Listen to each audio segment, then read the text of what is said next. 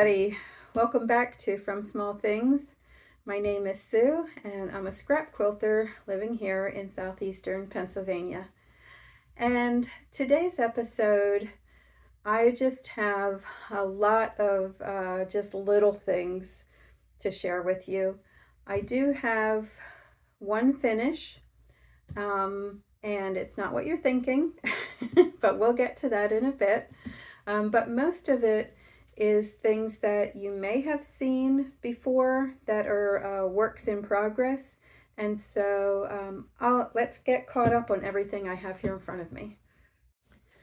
Okay, first on the list of things to share this week, when I went to the fabric sale near me in Collegeville, the one where I bought actual fabric, it's not the one where I bought mostly orphan blocks. It's the one where I came home with a lot of fabric.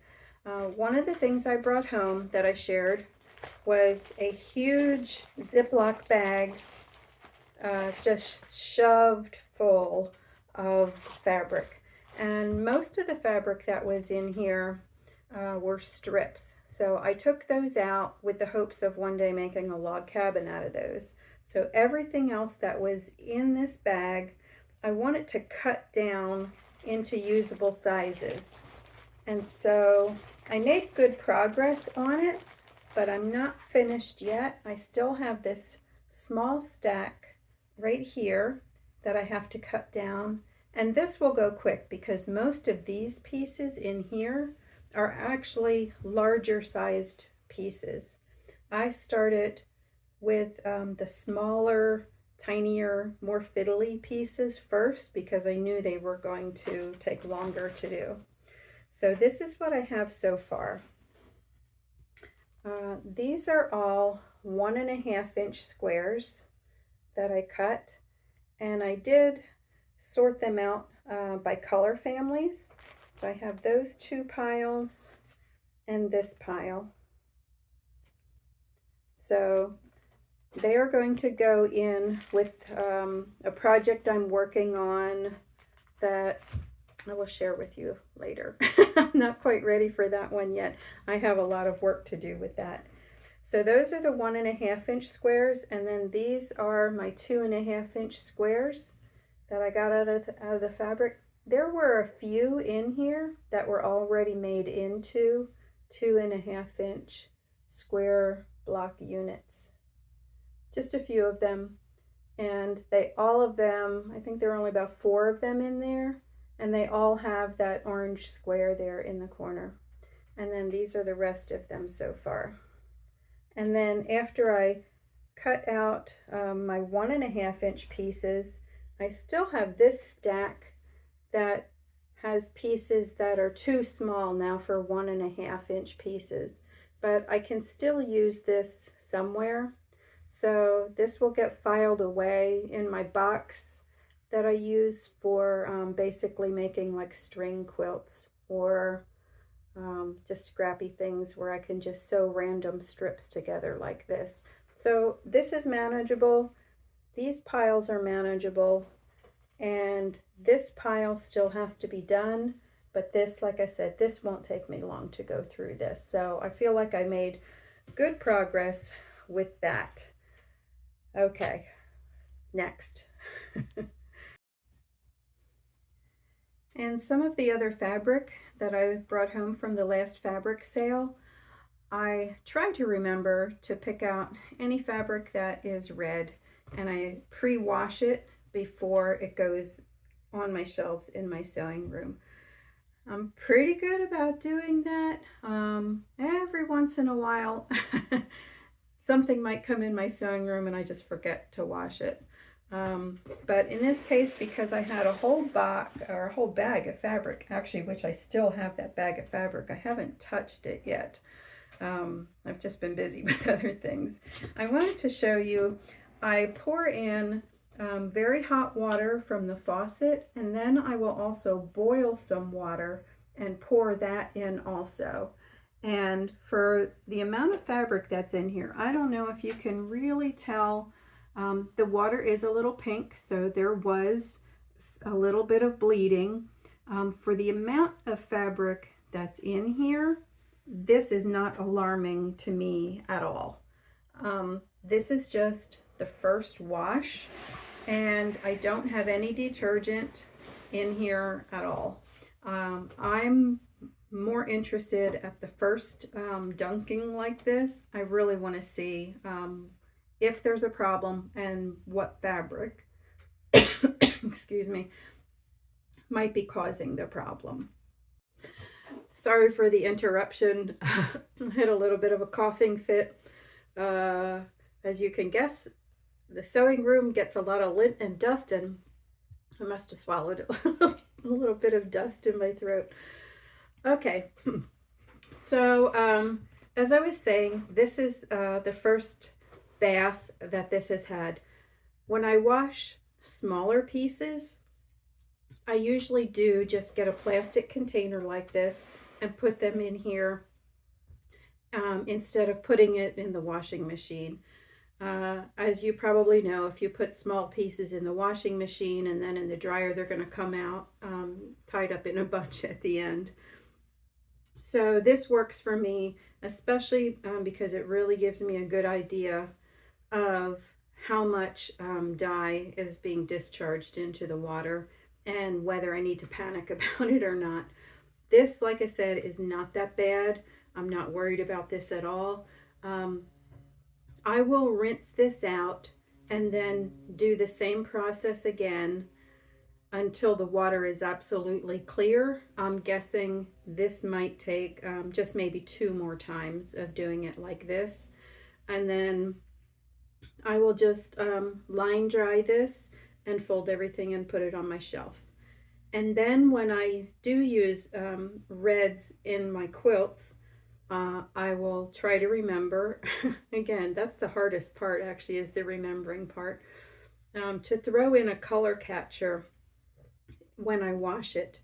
And for those of you unfamiliar, color catcher is a brand name of these small sheets. They almost look like a dryer sheet, but you put it in your washing machine and any dye that ends up in the water gets grabbed onto these sheets, and it keeps it from soaking in to your quilt. They work really great, and I really recommend them for people who are working with reds.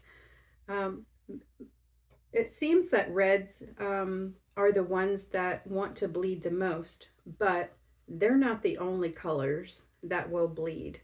I've had some blues, you know, the deeper blues. I've had yellows, surprisingly. Some of the yellows have bled. Of course, that's not as shocking a mistake because it's not as a saturated color as the red is. But there are other colors that will also bleed too.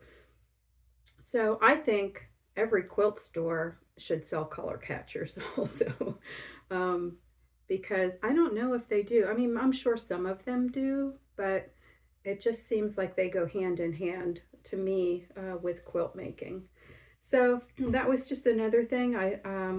This is just all part of how I manage all of my fabric when I get home from one of my fabric sales. And like I said, everything else that I showed you in the bag last week is still in the bag. I have been busy doing some other things, and I want to make space and room for that fabric bag. And right now I just need to wrap up some other things first before I feel like I'm at a point where I can go through that. And of course, I want to go through it like right away. So I'm being an adult and showing some restraint and doing first things first. And this is one of them. So let me share with you next some of the other things that I've been keeping myself busy with this past week. I have several books on my table, and as long as they're right here in front of me, I will share them with everybody. I get this catalog. It's called Wawak, and it's not a quilting catalog, but I've ordered from them one time. They were very fast with their shipping, and I think they have good prices. And By the way, I'm not sponsored by anybody. My channel is not that big. Nobody's reached out to me about anything. These are all just personal things that I use. Anyway, I thought I could share some things with you in here in case you're looking for an alternative for some items that quilters usually buy, and you can check out their prices and see if it works for you or not. I think they have 2 locations in the United States. I think one is in New York State and one is, I want to say, near Las Vegas somewhere. It's on the West Coast. So this is not, again, just for quilting. This is for sewing supplies. So it's for garment makers also, but there are a lot of things in here that quilters use. They do have, here's a page that has all kinds of different thimbles on, starting at $2.59, and I'm sure that's not the best quality thimble, but and then they have let's see, some of the other things they have, garment bags and steamers and irons, and some of their irons are pretty like industrial kind of irons.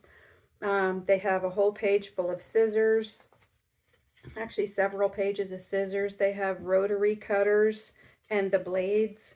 And I did buy a pack of refill blades from them. It was a 5-pack of blades, and the blades seem fine to me. Like seam tapes and interfacing, more interfacing. They have some bindings in here. Buttons. If you know anybody who knits also, maybe they'd be interested in some buttons for cardigans and stuff. They have some hardware in here for bag makers and zippers. They have a lot of zippers. And then in the front of this particular catalog, they have a lot of different kinds of thread in here. So, and different kinds of thread for different purposes too.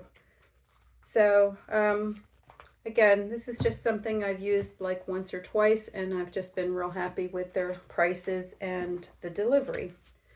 And so the next book that's on my table, I shared this last week, but maybe I just wasn't clear.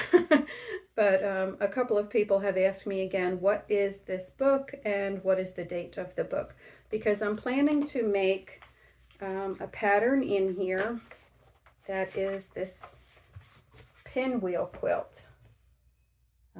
I think relatively soon I'm going to start sewing up some pinwheels, and this one too is going to take me a little while to do, so it isn't going to be the one that's I'm not going to work on this basically from the very start to the very finish. I will probably work on a few more things in between, and that is because sometimes I get bored. Even though I like what I'm doing, I just kind of need to jump on something else once in a while too. So this is the catalog, or the magazine. It's Quilt Works Today, and this issue is from June and July from 2004. I don't believe this magazine is still in publication, but if I'm wrong, please feel free to correct me. I used to like getting books like this because the whole thing is just patterns. The whole book is just patterns. So there's always something in these books that catches my eye. I've made that pinwheel quilt twice before, and both times one of my friends saw it and asked if they could buy it, and I said yes. So I don't have either one of those. So this time I want to make one for myself. And my plan is to use a lot of bright, happy colors, just an explosion of colors in this quilt. So, okay, so that's the next thing on my list. Next. And as I teased at the top of this video, I do have a finish this week, but it's not a quilt. Pam's mother-in-law gave her a huge trash bag full of yarn, and she knows I like to crochet from time to time, and I do. I like to crochet from time to time. And so I got all this yarn and I decided to jump right into a project, and I have a finish. And it's not very big. It's a lap-sized Afghan. Ah. And there were a lot of different kinds of yarn in the bag. The yarns in here are not all the same weight exactly, but the color family worked well together. So out of the big assortment of yarns that were in the bag, I tried to stick with something that looked cohesive. It's a good lap-sized Afghan, so I think I might send this back to her in-laws because football season is here, and I think that her father-in-law actually might like a little something on his lap while he watches the Eagles. So that's my finish this week. I didn't keep track of how many days that took me to make, but it wasn't a lot. I would guess maybe around 10 days that I was working on this on and off in between all my other projects. So that's it for the Afghan.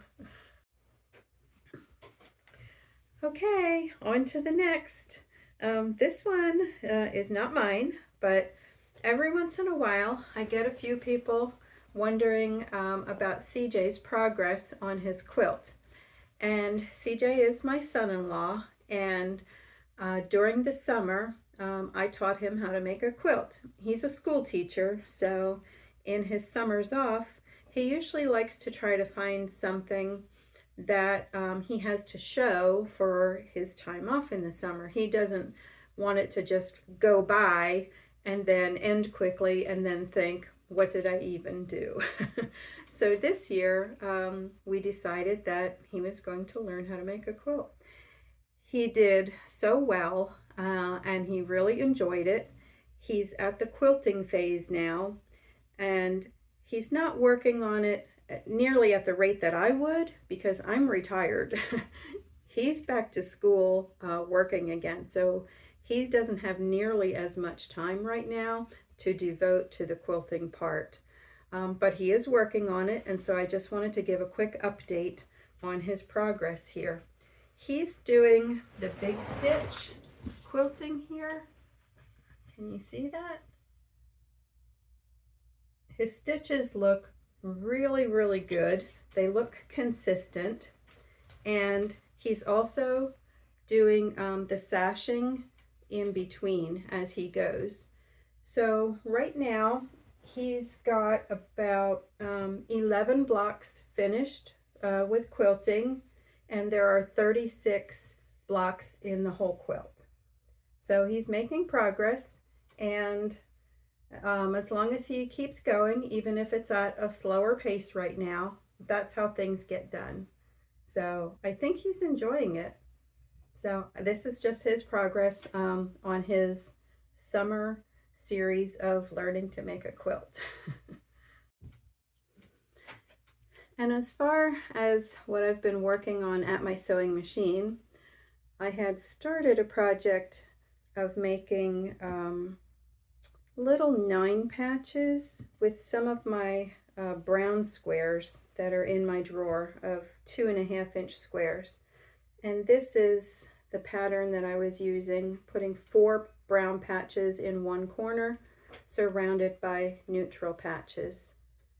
And I just started making them, and I didn't know what it was going to be, and I laid things out to get an idea of what they would look like if I just joined them all together with no sashing.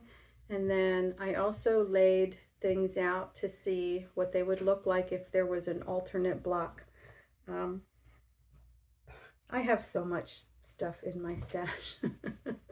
One of the things I have just stacks of little tiny 3-inch finished 9-patch blocks. And I had a stack that was mostly pinks and reds. And then I also had some that were mostly blues. I actually did just use a lot of these pinks and reds in one of the charity quilts that I made, and I used those as an alternating block also.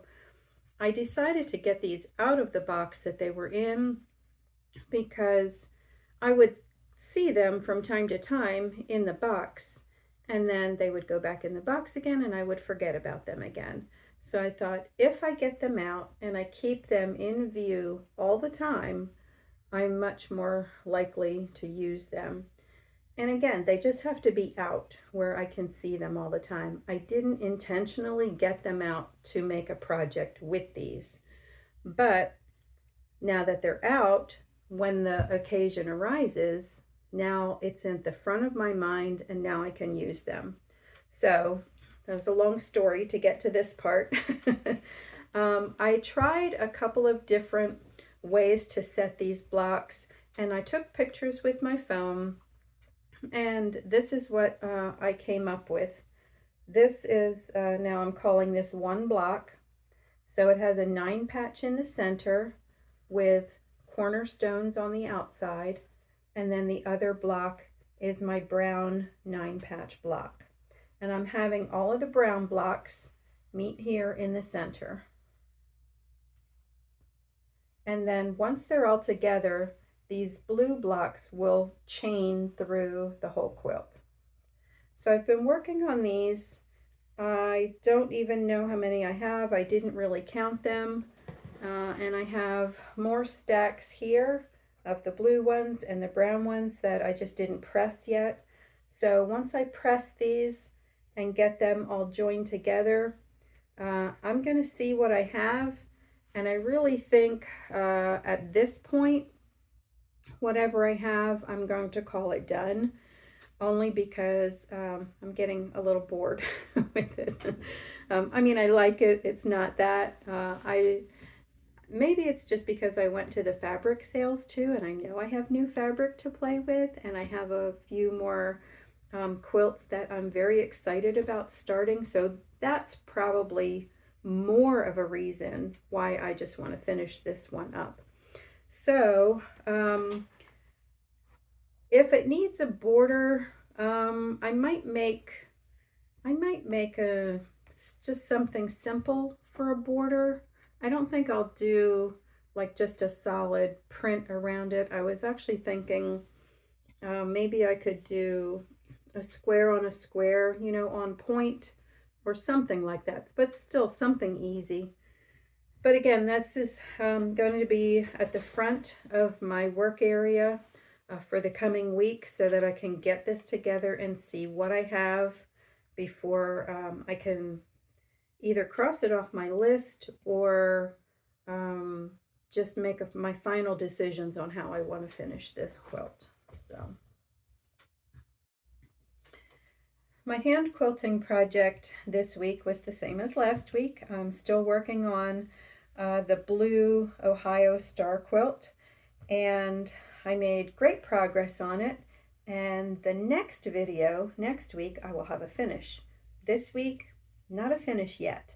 But while I was quilting, there were a few things for hand quilters or for anybody who's interested in hand quilting that I wanted to point out how I handle doing the hand quilting if the fabric is not marked at all. If there are no, like if I'm not using any marking pens at all, which I did not on this quilt. I didn't want any marking pens on this, and actually they would not have worked well on this quilt anyway because my marking pen that I use is blue. It leaves a blue line, and there are so many blue fabrics on here and black. That marking pen was not going to show up anyway.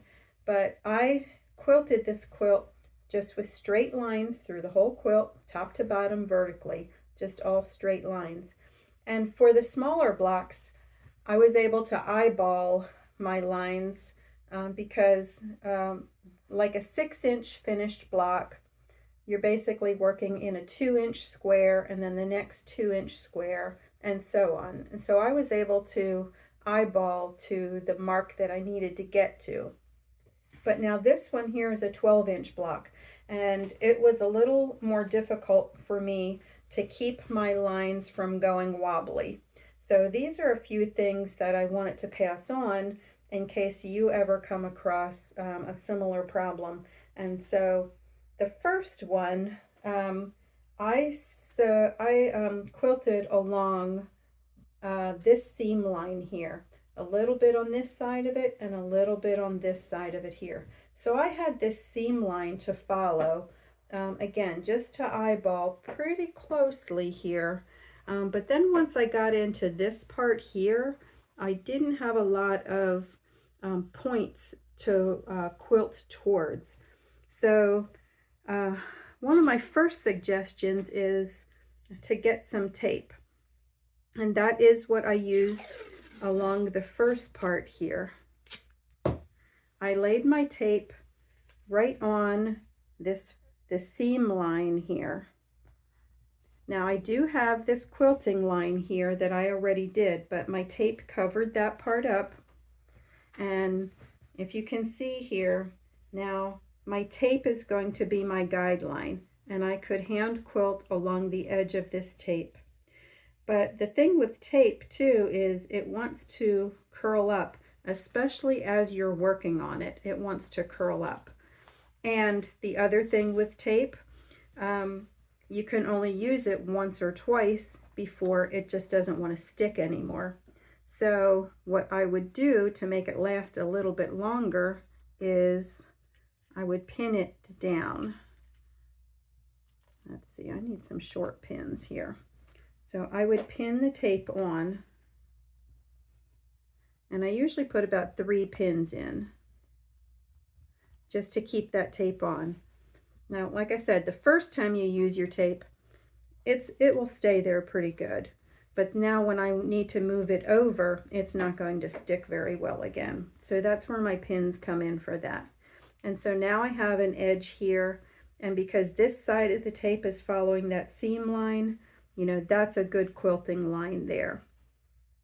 Then when I got in towards the center here, the other thing, I know these are not all evenly spaced because it's difficult to do the math for the number of quilting lines I want to put on. If I were only putting on 1 or 2 lines across here, they would be evenly spaced, but I'm putting on more lines than easily fits within that measurement to do the math. So what I did then, I looked at the center point here, and I did approximately 1/4 of an inch to this side of it and 1/4 of an inch to that side of it. And now I did not use the tape for that. What I did was, well, there's always something I forgot. I don't have my ruler with me, but I would lay my ruler down so the 1/4 inch line was on that, and then that's where I use the pins. You know, if I were starting at the top here, against my ruler's edge, I would pop a pin in there, pop a pin in there, pop a pin in there, and so on. And then I could take my ruler away, and then I could start hand quilting. Now this isn't a very long distance. I just have to be able to get from here where I start down to here. That right now, that's all I'm worried about. So I would quilt down to here, then take my pin out, and so on. Now I can quilt from here to here. Again, that's not a very long distance. So I'm basically quilting from point to point to point to point all the way down. So, and again, I don't have to use any kind of tools to mark the fabric at all. I'm just using my pins as my guideline. And I'm not a machine, so it's not going to look as straight as a machine, but it is pretty good. I mean, it really is fairly straight. And then when I get over to this side again, this one here, the center one here, that's the one I'm also using pins for. And the reason I don't use the tape there, you'll probably ask, why don't I use the tape there also? Because that's going to give me just one line available to come right down through the center of this. and I wanted more quilting lines than that. So again, then I will put my tape over here and I will pin it on so that it stays in place, and then I can come down here along here. So it's a little bit of extra work to do it like that, but it solves the problem. Now there's one more way that I have done this in the past. If I need a straight line that goes a long distance and I don't want to mark anything, I will use a needle and thread. If you think of the way a carpenter might use a chalk line, this is basically the same premise. So I would pull this through almost all the way, not all the way though, leave a little tail, and to hold that there, I would do a little back stitch.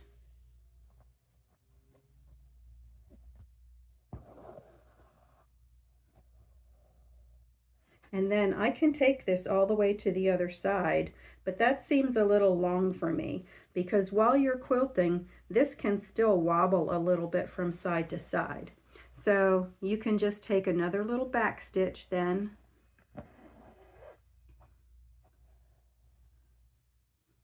And see, now it's anchored here and here. It's not anchored here and all the way down here. And just take another little back stitch.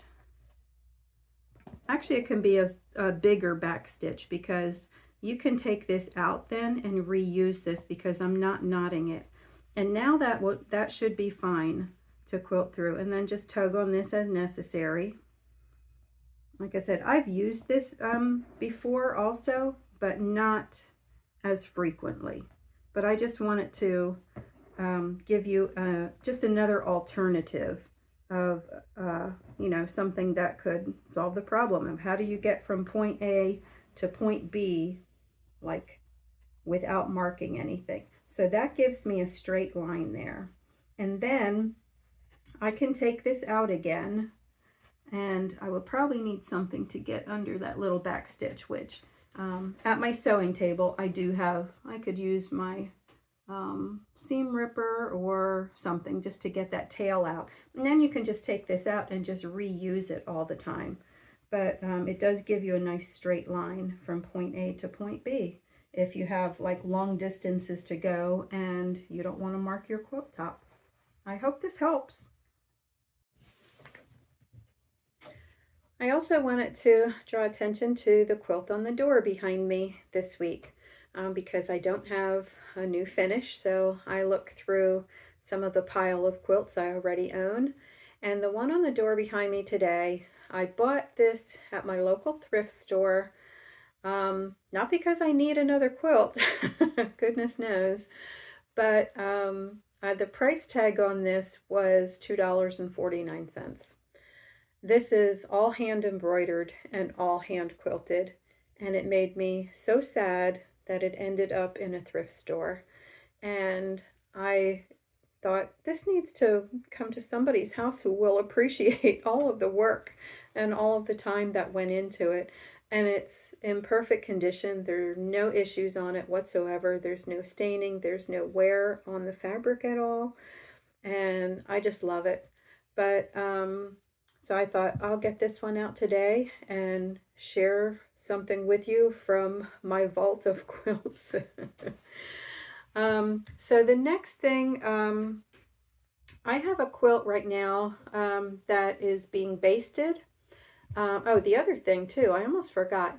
During this last week since we last talked, I did get another quilt basted. If you remember, it was one that I was going to give to charity.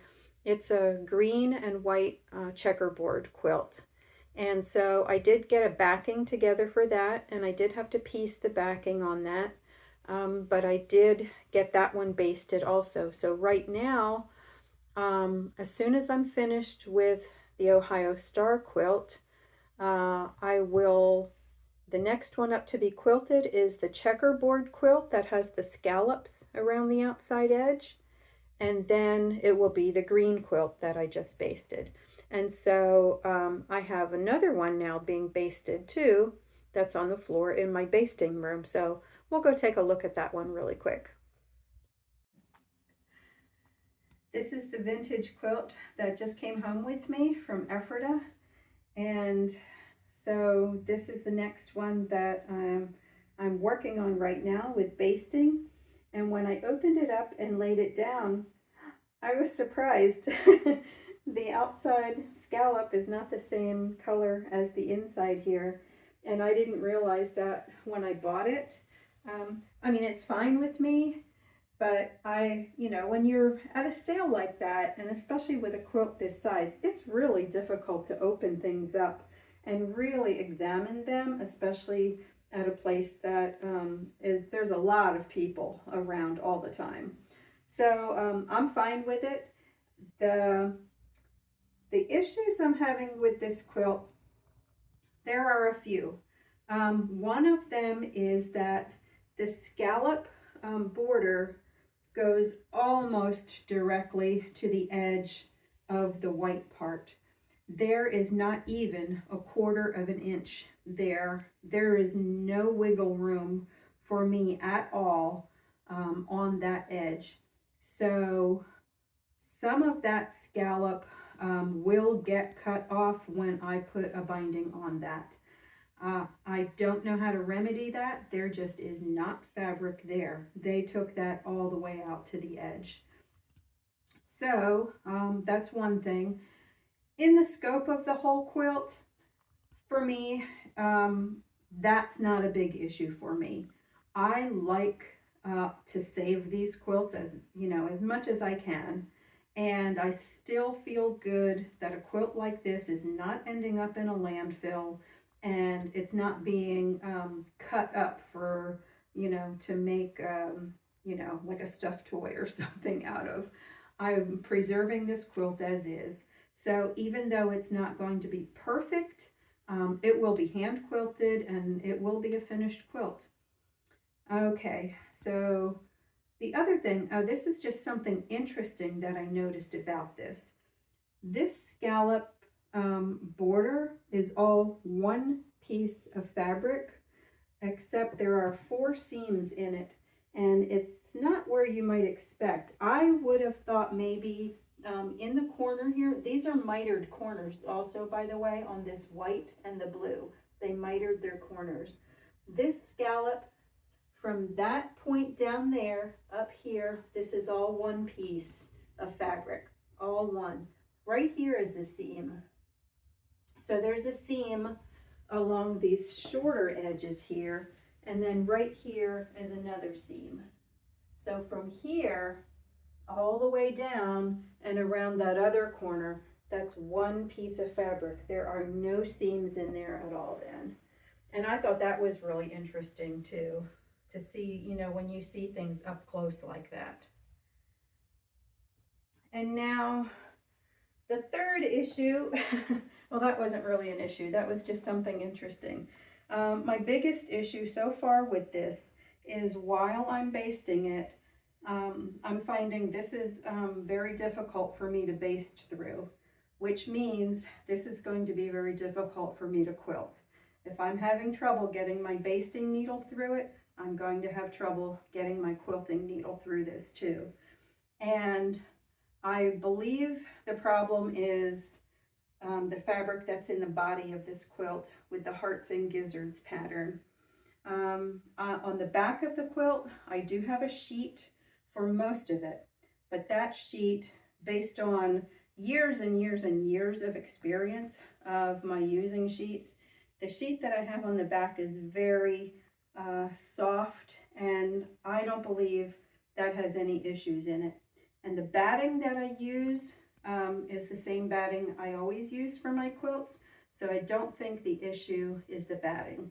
So I really believe it's the fabrics that they used in the top that's giving me a hard time even getting a basting needle through this. I've already spent 2 days basting this, and I just need to take breaks because it's very hard for me to pull the needle up out of that. So what I'm thinking is I'm considering getting different quilting needles, and I'm thinking I might get a little bit larger needle, something that's maybe a little bit more sturdy than what I normally use. I normally use a size 9 quilting needle. They're called Betweens, and in the past, when I have to quilt through difficult parts of a quilt, sometimes the needles will bend. They'll just get a bend in it, and sometimes they'll snap. And so I can tell this one's going to give me issues. So I'm really thinking about going to a size 8 or even a size 7, which is going to be a little bit larger needle. And I think I'll be more happy with quilting through something that I feel like I can push my needle a little bit better. It's not going to give me smaller stitches at all. The quilting stitches will be a little bit larger. But again, it's a problem, and that's my solution to it, to still have this be hand quilted. So I'm loving the quilt though, and this will be number 3 in line then. I have the checkerboard quilt that's next, then I have the green checkerboard quilt, and then I have this one to be hand quilted. So bring on winter. I'm ready, and I have more going on in my sewing room. And a little tiny little extra thing that I did this week, sewing related. This is the quilt that Pam bought in Ephrata, and it came with these 2 lovely holes. And I'm sure if you've seen the video, you remember this quilt because it's a striking quilt. I did a hand stitched buttonhole stitch around these holes because she wants to wash this before she tries to do the repairs on it. So really the repairs, I think, will not be terrible. This one is just white. There isn't anything, that has to be matched up here. And this one might be a little more challenging. I think it's just part of the stem here. So that's not a very big repair in order to have a continuation of this pattern on here. So, like I said, it's not, it wasn't a time-consuming project. It just took a few minutes to do, but it's ready for the next step now. So, like I said, I had a lot going on, no big finishes, but still had some busy time this week, and sometimes weeks like that where I'm working on, more than one project, doing several things, it can feel like I don't really have a lot of progress to share, but in the end, I do. It gets done, and things move along a little bit more. Even just basting the quilts always just takes time to do them, just to even make the back for it, to find something that I'm happy with. They all have to be pieced, and just the piecing, especially such long pieces, and I pin and I pin. When I have long sections like that, I pin a lot. I want to make sure that they're nice flat seams. Anyway, I digress. It's just there's just things that just take time to do, just time. And when it's done, it looks easy, and it looks like it doesn't take much time, but as a quilter, everything just takes a lot of time to get done. So next week, stay tuned. I will have a finish of the Ohio Star quilt. I have to make some binding for it, and then I usually give myself 2 days to put the binding onto. I put it on by machine first on the top, then I turn it over and wrap it on the back side, and I do that by hand. So, and then I will start hand quilting my next quilt, and so it goes. So, thank you everybody so much again for joining me here, and until next time, happy quilting everybody.